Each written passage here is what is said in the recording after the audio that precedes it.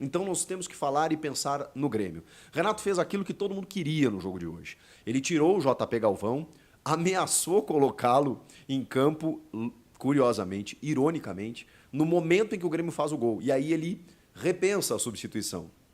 Mas o JP Galvão não foi uma alternativa para começar o jogo. Como não foi nenhum centroavante. Existia uma expectativa do André Henrique, por exemplo, começar e ter mais uma oportunidade, mas ele sofreu mais uma lesão durante a semana, e uma lesão que não é tão simples, é uma lesão grau C, né, que eles falam, né, que é uma lesão que demora um tempo para cicatrizar, mesmo a lesão do Diego Costa, por exemplo, né, que já está para voltar e tudo mais, já está com tempo de recuperação, mas também ficou um tempinho longe. Né? E o Grêmio está com muitos desfalques, gente.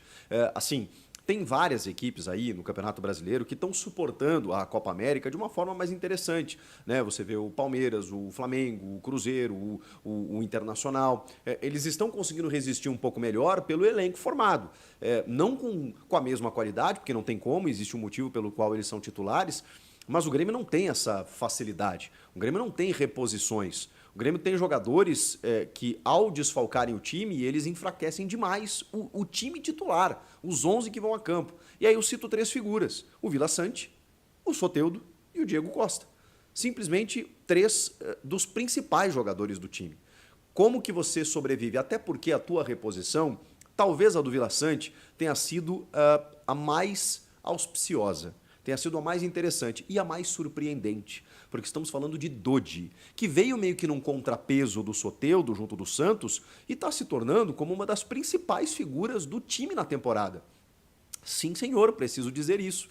Ele joga ou está jogando na função do Vila, mas daqui a pouco dá para acomodar, porque o Dodi tem uma característica muito interessante de condução de jogo. Ele não é só um marcador, ele cerca, ele ocupa os espaços, ele ocupa espaços vazios, mas ele também sabe encontrar esses espaços quando está com a bola. Dodi joga com e sem a bola. Dodi tem visão de jogo. Dodi precisa estar no time. O Vila Sante é titular incontestável, mas o Dodi conquistou essa titularidade quando muitos imaginavam que o PP seria recuado para a primeira função, quando o Duqueiroz iria ocupar essa vaga, e de repente o Dodi, que veio como patinho feio, né? Ninguém dava muita coisa pelo Dodi e ele vestiu a camisa e muito bem.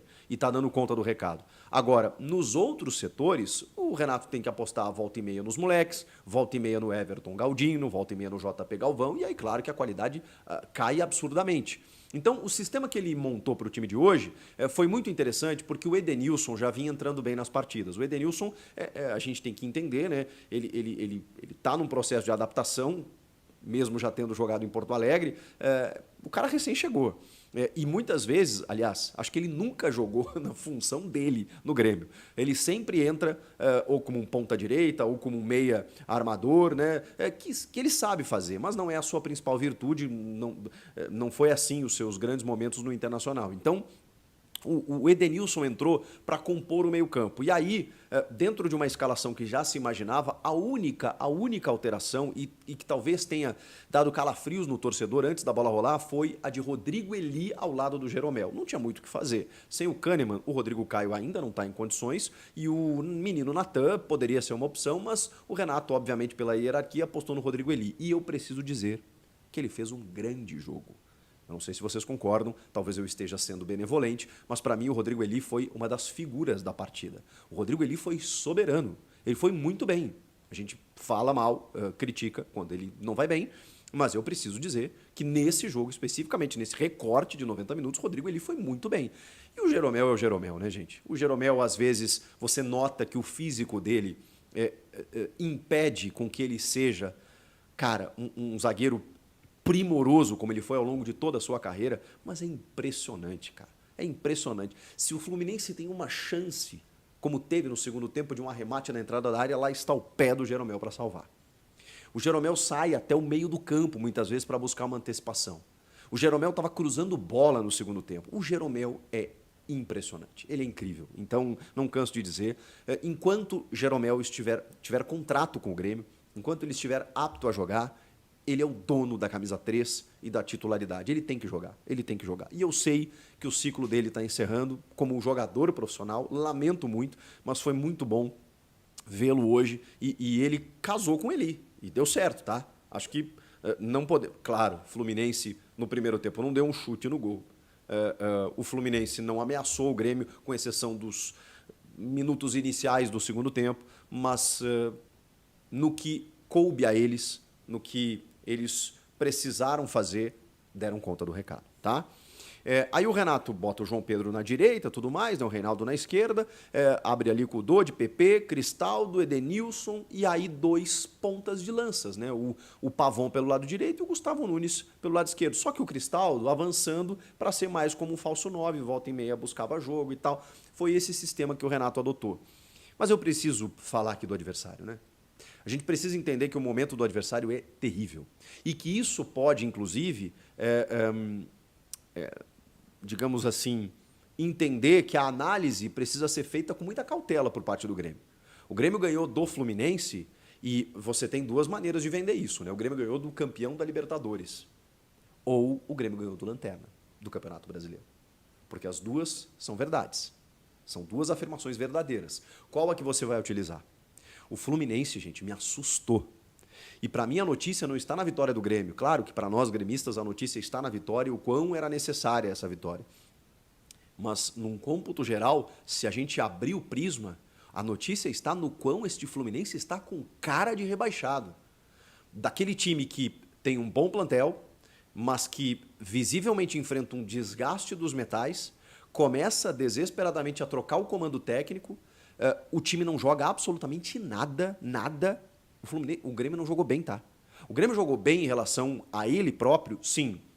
Mas o Grêmio não fez uma grande exibição. Não fez. O Renato até postou isso nas redes sociais, foi contrariado por alguns gremistas, né? Como não fizemos uma grande exibição? Não, o Grêmio não fez. O Renato tá certo. O Grêmio não fez uma grande partida. O Grêmio venceu, jogou o suficiente para ganhar. O Grêmio tomou uns sustinhos ali no começo do segundo tempo, mas não foi isso. É que o Grêmio, cara, o Grêmio não encaixou o jogo. Não foi um jogo assim, meu Deus, de amasso. O Grêmio teve mais posse no primeiro tempo e tal, teve mais finalizações, mas eu não acho que o Grêmio encaixotou o Fluminense como muita gente está achando, que deu espetáculo, longe disso. Acho que o Grêmio foi mais efetivo, mais competente, e se tivesse que ter um vencedor mesmo, teria sido o Grêmio. O Fluminense jogou muito pouco, e isso precisa ser dito.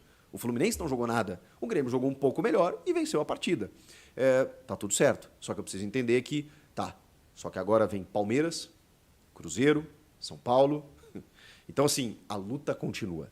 O Grêmio não pode se iludir com essa vitória, embora ela tenha que ser comemorada e celebrada e entendida de que forma ela aconteceu. O Dodi foi uma das figuras do jogo. O Gustavo Nunes foi um jogador muito acionado e embora tomada de decisão a gente ainda cobre dele um pouquinho de primor, ele fez o que precisava fazer no jogo, né? Ele decidiu a partida e também as principais jogadas do Grêmio normalmente saíam dos pés dele, especialmente no segundo tempo, quando o Fluminense, nessa fase, né, de que tudo dá errado, tem um jogador expulso e aí o Grêmio ataca muito pelo lado esquerdo com o Gustavo Nunes e ali quase constrói o segundo gol no finalzinho da partida. Jogadaça do João Pedro, que tem se tornado um lateral cada vez mais maduro, né? Ele centraliza, ele finaliza de perna esquerda, ele vai à linha de fundo e ele cruzou primorosamente para o Gustavo Nunes fazer o gol da vitória. Vitória fundamental, importantíssima, mas é um degrauzinho, porque se o Grêmio perdesse hoje ou não vencesse, ficaria amargando mais esse, né, do tipo até a próxima rodada. E agora vem uma sequência terrível. O Grêmio está sofrendo com os desfalques, mas eu entendo que voltar para casa, o jogo foi em Caxias do Sul, voltar para o estado, pelo menos, mais próximo da torcida, é óbvio que tenha dado um outro ânimo para os jogadores estão treinando no CT, voltaram a ficar com as suas famílias em casa, isso virou meio chacota por parte de alguns da imprensa, de alguns torcedores e tal, porque o Renato bateu muito nessa tecla, mas eu não posso achar que isso não vai fazer diferença. Não vai fazer o Grêmio jogar melhor ou não vai fazer o Grêmio ganhar jogos, mas pode fazer, pode ajudar. Pode ajudar o jogador a entrar de uma maneira muito mais leve para disputar essas partidas e, combinando isso com uma vitória, melhor ainda. Então, estamos indo degrau a degrau para pelo menos sair dessa situação. E aí depois pensar o que vem. O Renato prometeu reforços, tem uma situação de Gabigol aí que ele diz que é impossível. Eu vou falar sobre Gabigol depois. Que, enfim, pode ser uma possibilidade, né, com perdão da redundância, mas é muito difícil. O fato é que o Grêmio está no mercado, tem jogadores para voltar, e aí sim eu acho que o Grêmio hoje me mostrou que tem forças para sair dessa situação. Falando sobre mercado, o baita repórter Bruno Soares trouxe mais um nome do radar gremista. Um novo atacante na pauta do Grêmio. Caliel Dornelles e Diogo Rossi trouxeram essa informação. Se trata de Andrés von Berger. Sim, centroavante, argentino, naturalizado, esloveno. 29 anos, o jogador estava no futebol árabe e agora está livre no mercado. A informação dos colegas é que o Grêmio fez uma sondagem. Não avançou ainda para tratativas, mas é um nome que está na pauta, é um nome que está o Grêmio observando, é um nome que está na mira, quem sabe o Grêmio possa fazer uma investida. Já trouxe para vocês aqui que além dos nomes que vazaram, Carlos Vinícius, que tem negociação, o Pedro Raul, que teve negociação e depois o Grêmio desistiu, entre outros nomes, o Bareiro, o Grêmio foi lá e fez uma sondagem, preferiu não avançar, enfim, tem o Daverson, né, que talvez seja o mais próximo do Grêmio, mas tem outros que os nomes estão vazando aos poucos e esse é mais um deles, o argentino esloveno Andrés von Berger.